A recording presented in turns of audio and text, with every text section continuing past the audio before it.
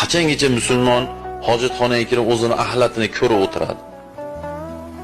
Bo'ldi, o'sha undaqa unitaz chashagellik qilib hojatxonalarni qilish kerak. Musulmonlar uyida hammom yo'q.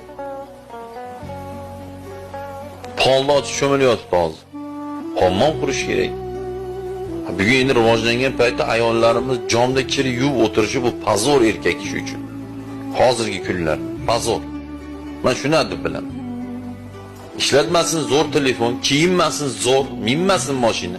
Lekin uyda onasiga, xotiniga, singlisiga, opasiga sharoit qilib qo'ysin. Oshxonani o'nab qo'ysin. Hammom hojatda o'nab qo'ysin. Sharoitni qilib bersin. Hozir o'ylang, 21-asr o'sha tugab 22-asrga o'tyapti.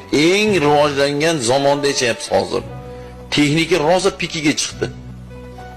Shuna paytda xotinlarimiz jonda kirib ham. Polni ochib cho'miladimi faqirda so'z.